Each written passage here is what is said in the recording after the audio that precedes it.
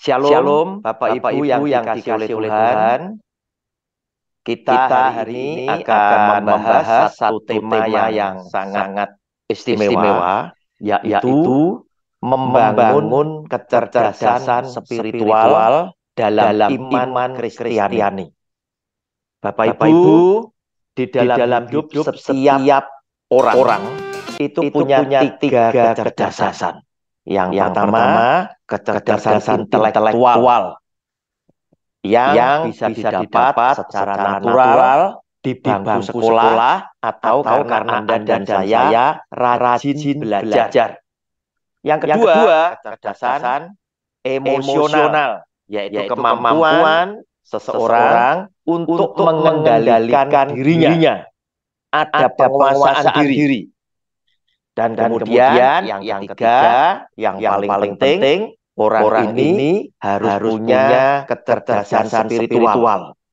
Ini tidak bisa didapat dari bangku sekolah, dari bangku kuliah tidak bisa, tetapi semata-mata pemberian daripada Tuhan yang di atas saudara dan saya yang hidupnya senantiasa setia dan taat menjalankan perintah Tuhan. Dalam arti kata lain, orang ini punya kedekatan pribadi dengan Tuhan. Biasanya orang-orang yang punya kedekatan pribadi dengan Tuhan suka berkenan memberkati dia dengan kecerdasan spiritual. Sebab Tuhan ingin pakai orang-orang dengan kecerdasan spiritual menjadi berkat banyak orang. Jadi orang-orang yang punya kecerdasan spiritual pasti bukan orang yang egois. Bukan orang yang mementingkan untuk keuntungan diri sendiri. Orangnya rendah hati dan tidak sombong. Orang yang mau mengabdikan diri untuk masyarakat yang luas. Karena Tuhan yang sudah memberikan kecerdasan spiritual ini tadi akan memakai dia sebagai alatnya. Dan siapa yang biasanya punya kecerdasan spiritual yang hebat adalah contoh saja pendeta atau rohaniawan. Yaitu orang boleh tidak pendeta, boleh tidak ulama, tetapi yang hidupnya senantiasa dekat kepada Tuhan. Hari ini banyak yang membicarakan tentang tiga kecerdasan tersebut. Namun saya ingin lewat video ini memudahkan para penonton video saya untuk memahami apa yang dimaksud kecerdasan intelektual, kecerdasan emosional, maupun kecerdasan spiritual. Kita bahas yang pertama lebih dulu lewat tayangan video yang satu ini. Halo, selamat malam. Anda menyaksikan Konspirasi Prabu. Seperti biasa di Konspirasi Prabu kita akan selalu hadirkan tamu-tamu yang inspirasi Anda. Kali ini saya yakin Anda sudah melihat di timeline di sosial media ataupun juga di berbagai berita tentang seorang bocah jenius yang memiliki prestasi membanggakan karena bisa menjadi juara di tingkat internasional dalam lomba matematika. Bocah ini berasal dari Nusa Tenggara Timur dan berhasil mendapatkan juara pertama. Ini tingkat dunia pemirsa, tidak main-main, tingkat dunia. Ia mengikuti kompetisi matematika internasional Abacus World Competition. Abacus Brain 2022. Siapa namanya? Lebih baik Anda coba lihat langsung saja di informasi yang satu ini.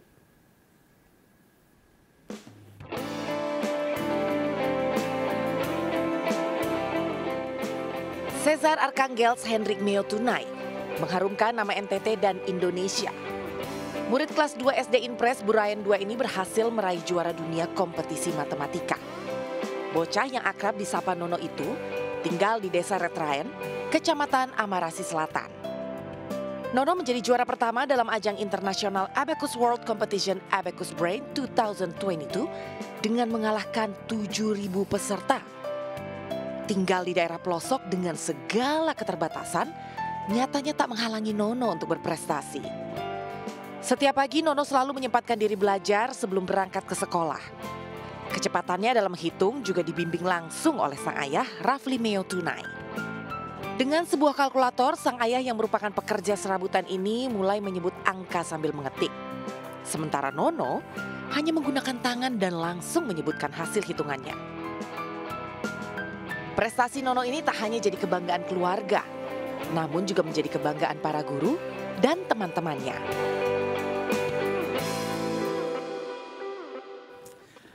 Langsung saja kita ngobrol sama Nono yang sudah berada di ruangnya Konspirasi Prabu. Ini benar namanya Nono bukan? Iya. Betul? Iya. Tahu tidak aku siapa? Prabu. Prabu, kita kenalan dulu dong. Prabu, ini Nono. Iya. Nono nama panjangnya siapa? Caesar Arcang alias Hendrik Meo Tunai. Waduh, panjang sekali namanya Nono. Nggak bisa dipotong aja? Dipersingkat nggak bisa namanya Nono?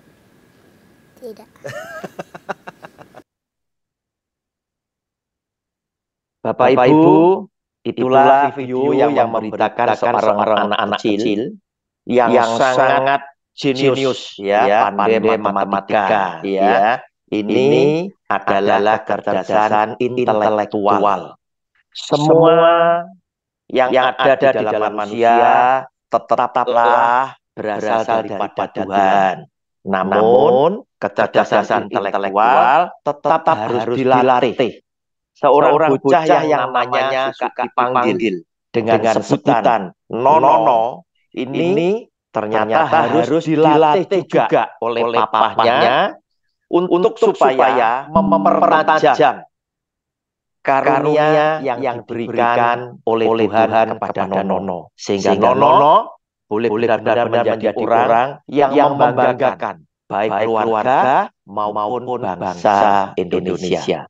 Bapak Ibu, itulah kecerdasan intelektual yang bisa didapat, Anda dan saya bisa mendapatkan karena kita mau belajar.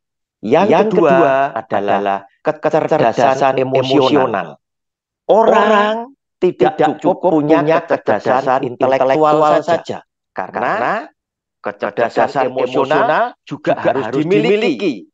Mengapa? Karena ada kata-kata bijak yang menyampaikan kepada saudara dan saya. Buka lebar-lebar telingamu untuk mendengar. Tutup rapat-rapat mulutmu untuk segera berkomentar atau menyampaikan pendapat. Maksudnya, pikir lebih dulu sebelum kita memberikan pernyataan atau memberikan komentar. Bapak Ibu, kecerdasan emosional artinya adalah kemampuan seseorang untuk penguasaan dirinya, mengendalikan dirinya. Sehingga orang ini akan menjadi orang yang wise, yang bijaksana. Kita tonton videonya ini. Pak, 刚才有人骂我是笨蛋。你咋说的？我没敢反驳。我一直在跟你强调，杨子玉，我们不欺负人，但别人欺负我们肯定不行，知道吗？你直接可以骂回去，你说你是笨蛋，你全家都是笨蛋，你姑娘儿子全是笨蛋。谁骂的？我奶。哎呦我的妈！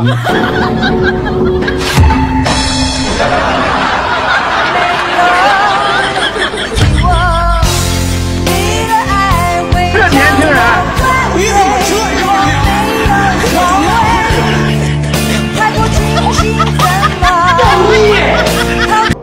你咋说的？ Bapak Ibu, itulah videonya yang lucu sekali, ya. Oleh karena itu, ini mengingatkan kepada kita, jangan buru-buru berkomentar, jangan buru-buru reaktif, tetapi pikir masak-masak sebelum kita mengungkapkan pendapat kita, agar supaya kita boleh benar-benar menjadi orang yang memiliki kecerdasan emosional, mengendalikan emosi kita, menguasai diri kita, menjadi orang yang bijaksana. Bapak Ibu, dari tiga kecerdasan tadi, intelektual, emosional, spiritual, orang tetap harus punya, ya. harus punya kecerdasan spiritual. Sebab kecerdasan spiritual inilah yang akan menjadi komando dari dua kecerdasan yang lain. Sehingga orang ini akan menjadi sangat baik, bahkan terlalu baik. Mengapa? Karena orang yang diberi kecerdasan spiritual oleh Tuhan akan dipakai oleh Tuhan menjadi alatnya, menjadi berkat buat semua orang. Dia tidak egois, dia juga tidak sombong, dia tidak ingin mendapatkan keuntungan untuk pribadinya sendiri. Apakah itu dia bisa menjadi terkenal, apakah itu dia bisa mendapatkan duit, dan lain sebagainya. Itu jauh dari pemikiran orang tersebut. Yang penting orang lain mendapat manfaat lewat kehidupan dia.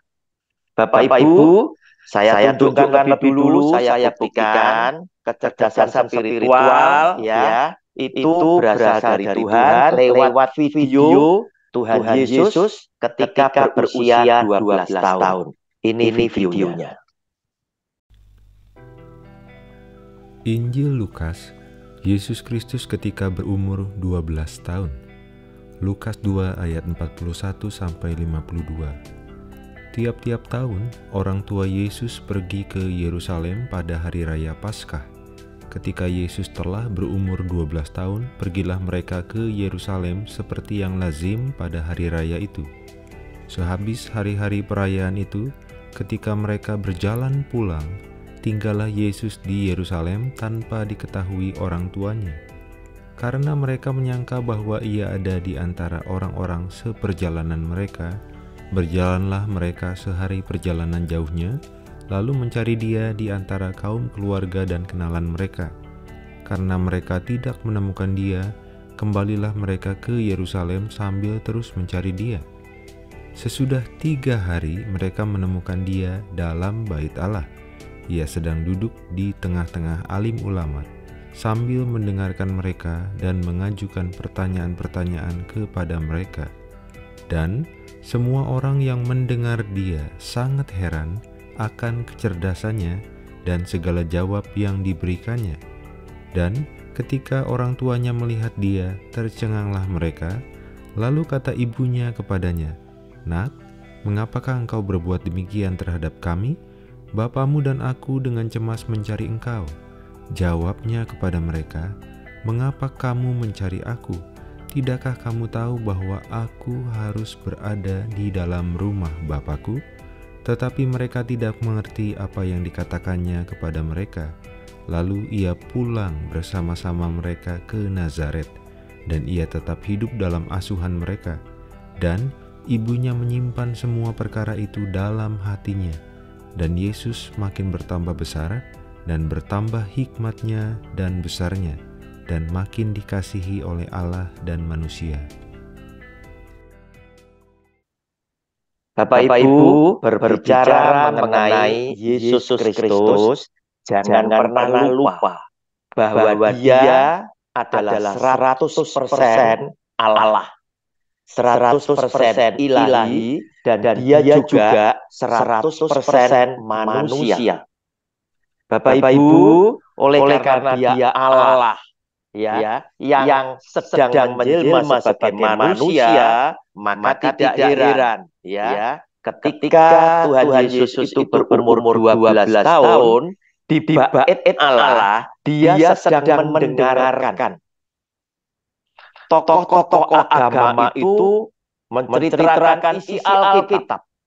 Di sana terjadilah satu diskusi, tanya jawab, yang membuat mereka yang tua-tua, para tokoh agama itu takjub dengan Yesus yang baru berusia 12 tahun. Dan mereka bertanya, dari mana hikmat yang dia peroleh sehingga dia bisa mengajukan pertanyaan dan dia bisa menjawab? Sungguh luar biasa. Bapak Ibu, artinya sumber dari kecerdasan spiritual datangnya dari Tuhan Yesus. Oleh karena itu, setiap saudara dan saya harus membangunnya. Nanti akan saya simpulkan setelah kita menyaksikan dua video lagi. Yang pertama, video seorang raja yang namanya Salomo. Ketika dia menduduki tahta ayahnya, menggantikan Daud ayahnya di singgasana, maka Salomo yang masih muda itu berdoa, minta kepada Tuhan. Dan Salomo berkeluh kesah, Tuhan, aku kan masih muda. Bagaimana mungkin aku bisa memimpin bangsamu yang besar ini jumlahnya? Aku belum pengalaman. Diakui. Berarti Salomo punya kerendahan hati. Dan Salomo itu pun punya kebutuhan yang utama. Oleh karena itu, dia memohon, berikanlah kepada hambamu ini hikmat untuk bisa memerintah, menghakimi bangsamu yang besar ini. Ini videonya. Dalam 1 Raja-Raja pasal 3 menceritakan bagaimana doa Salomo memohon hikmat dari Tuhan. Permintaannya tersebut diawali dengan kisah di mana Salomo mempersembahkan 1000 korban bakaran di Gibeon. Allah lalu menampakkan diri padanya melalui mimpi dan berjanji akan mengabulkan apapun permintaan Salomo. Salomo lalu meminta kebijaksanaan dari Allah untuk menimbang segala perkara dan mampu bersikap sebagai raja yang adil bagi seluruh umat Israel. Alkitab mencatat bahwa adalah baik di mata Tuhan bahwa Salomo meminta hal yang demikian. 1 Raja-Raja 3 ayat 10. Apa yang menjadi doa Salomo akhirnya dijawab Tuhan, hingga Raja Salomo berada di puncak kejayaannya. Kebesaran Salomo dinyatakan dalam bentuk kekayaan, kemewahan, dan kelimpahan. Kebesaran dan hikmat Salomo melebihi segala raja di bumi. Semua raja memujinya, 2 Tawarik 9 ayat 22-24. Bapak Ibu, itulah videonya Salomo ya. Tambah satu video lagi, baru nanti saya simpulkan bagaimana caranya kita membangun kecerdasan spiritual sebagai umat Kristiani yang beriman ya. Bapak Ibu, orang boleh jadi tidak pandai ya. Tidak pandai, dia tidak pernah sekolah. Dia pun mungkin juga tidak memiliki kecerdasan tentang mengendalikan diri. Tetapi tidak demikian. Orang ini yang tidak punya dua kecerdasan, bisa saja punya kecerdasan spiritual. Di dalam kisah di dalam Alkitab, ada seorang yang lahir, sejak lahir itu buta. Otomatis dia nggak sekolah. Dia nggak punya kecerdasan intelektual. Dia nggak sekolah pada zaman dulu. Mungkin karena dia tidak sekolah, etika, moral, dan lain sebagainya juga miskin sekali. Tetapi orang yang demikian bisa saja punya kecerdasan spiritual karena didorong oleh kebutuhan yang esensial di dalam dirinya, yaitu dia ingin melihat. Nah, pada waktu zaman orang buta ini hidup, Tuhan Yesus juga hidup di tengah para rasulnya. Orang buta ini, saya yakin, dia pernah mendengar nama Yesus anak Daud, yang bisa menyembuhkan apapun sakit penyakit yang dialami manusia, yang bisa mengampuni dosa manusia, bahkan lebih ajaib lagi membangkitkan orang mati.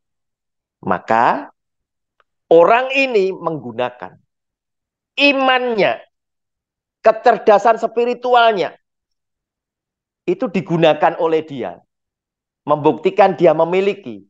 Sehingga ketika Tuhan Yesus dan rombongan melewati dia, dia langsung berteriak karena dia tahu kepada siapa dia bisa disembuhkan. Ini videonya. Apa yang harus aku perbuat? Aku ingin melihat lagi.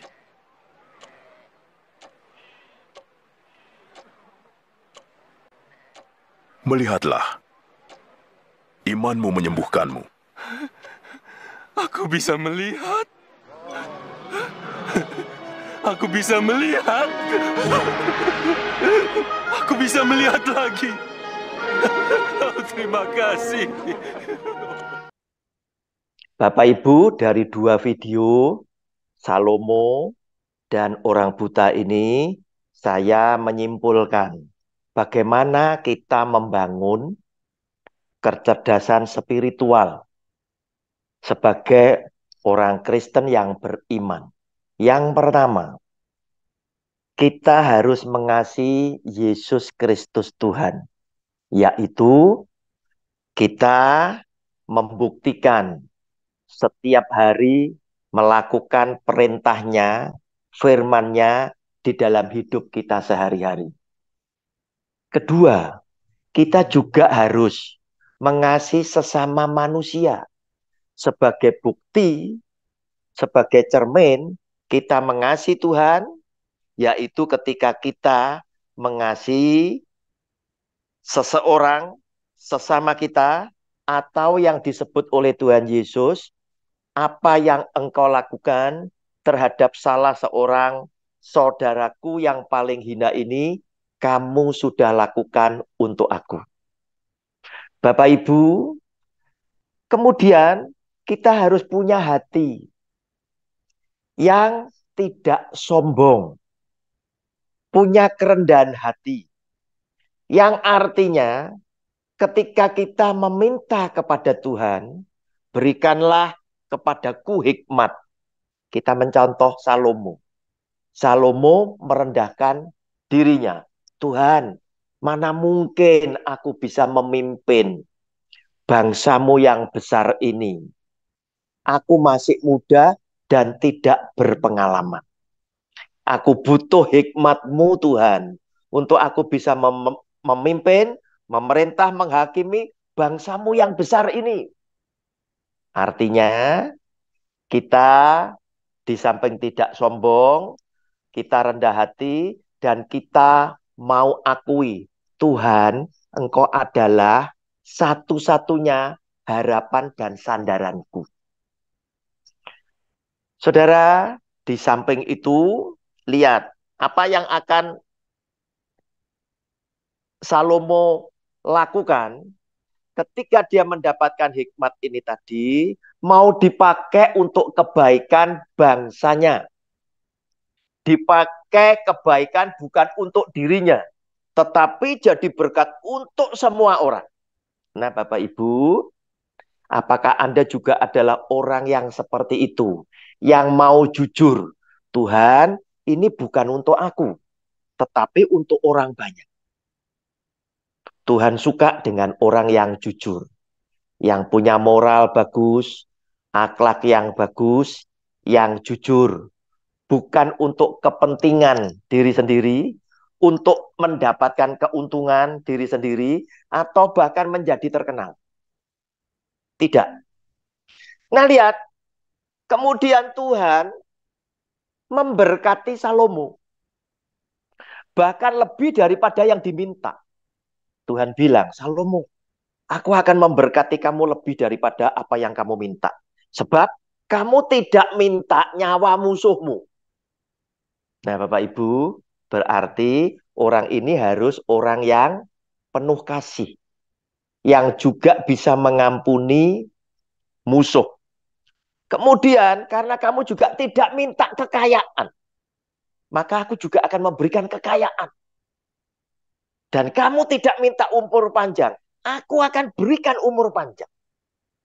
Nah, intinya, orang yang minta kecerdasan spiritual kepada Tuhan adalah orang yang tidak egois.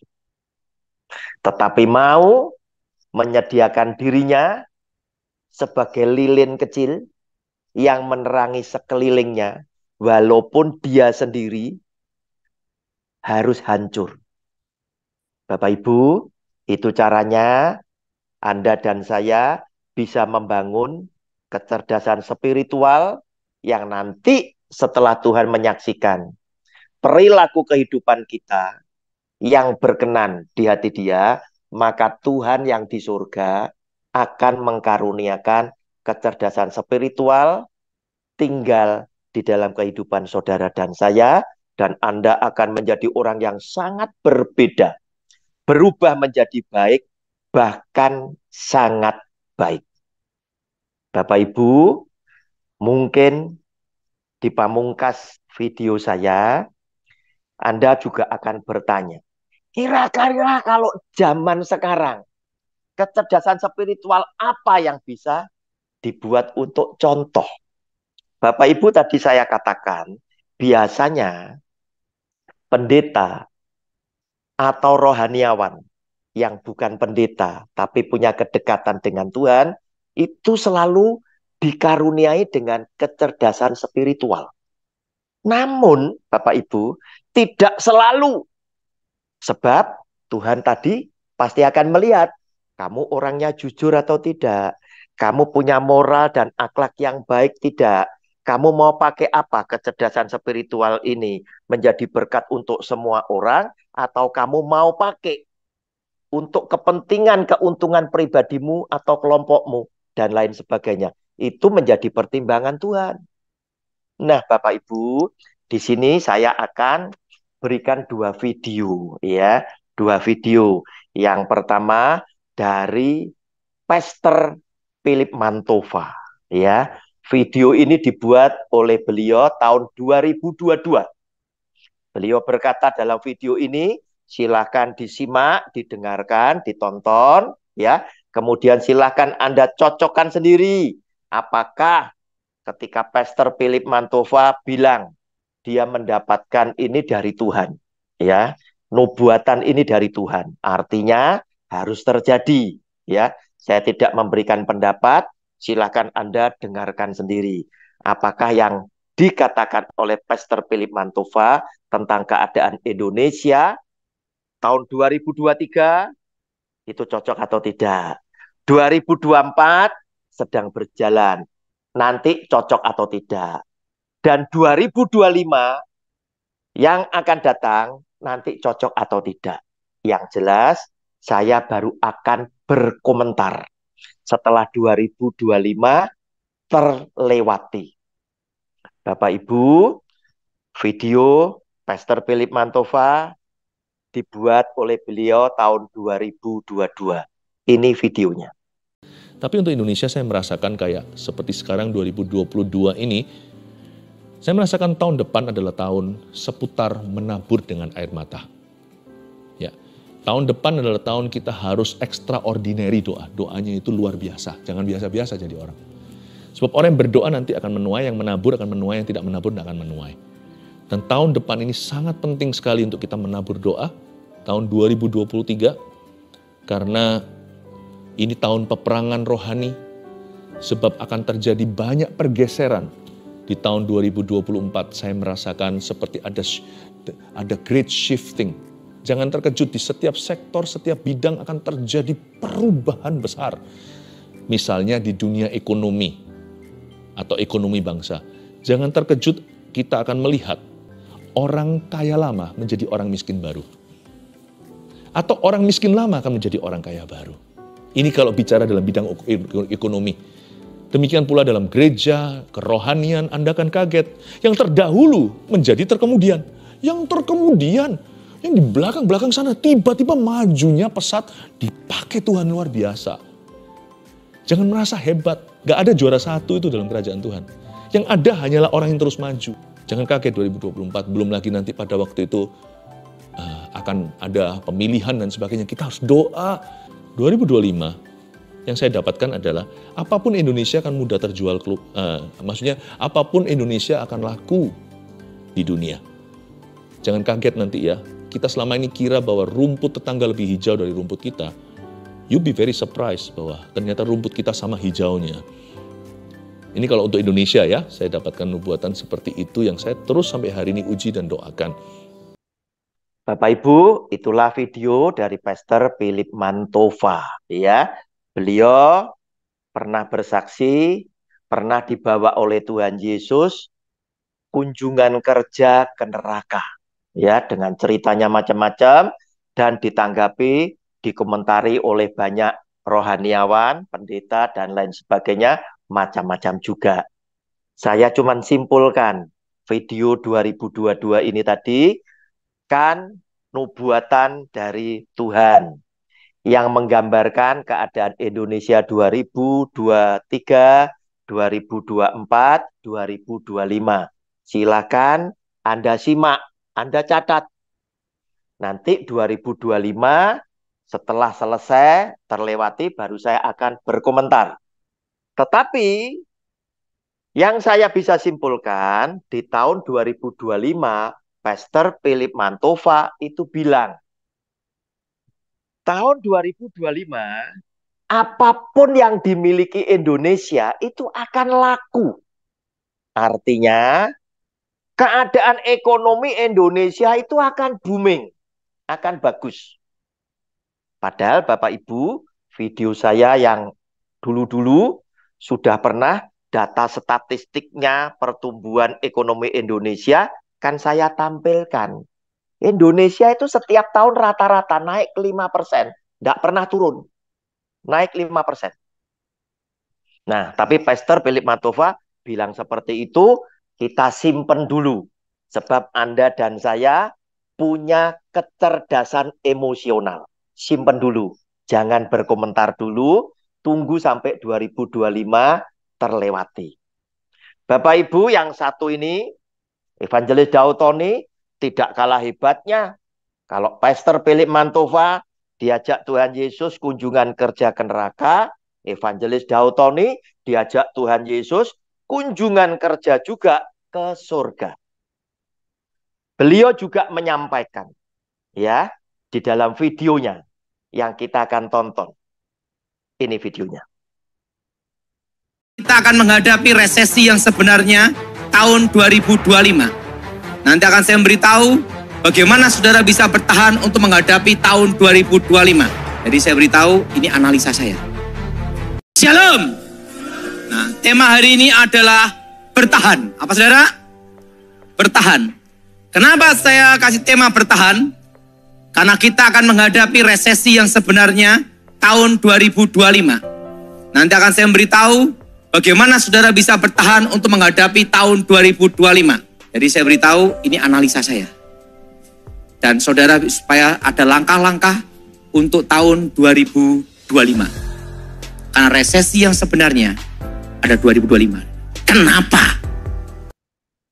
Nah, Bapak Ibu,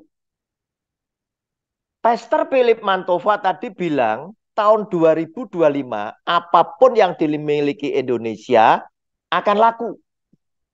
Ini yang pernah pergi ke neraka. Yang pernah pergi ke surga, Evangelis Dautoni bilang, tahun 2025 justru kita akan menghadapi resesi ekonomi yang sesungguhnya. Nah, bertolak belakang. Ya, mana yang benar? Kita tunggu saja setelah 2025.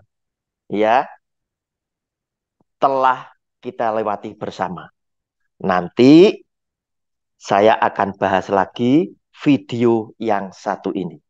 Tetapi paling tidak video saya ini telah memberikan pencerahan buat semua penonton saya bagaimana Anda dan saya bisa membangun kecerdasan spiritual sehingga Tuhan berkenan memberkati kita, mengkaruniakan kecerdasan spiritual ke dalam kehidupan kita. Jika kita mau dipakai sebagai alatnya menjadi berkat untuk semua orang. Jika video saya ini memberkati Bapak Ibu, berkenanlah dengan kerendahan hati saya memohon Bapak Ibu berkenan membagikan video ini kepada keluarga yang lain, saudara-saudara yang lain, sahabat-sahabat yang lain, agar mereka juga beroleh berkat yang sama. Tuhan Yesus memberkati kita semuanya. Amin.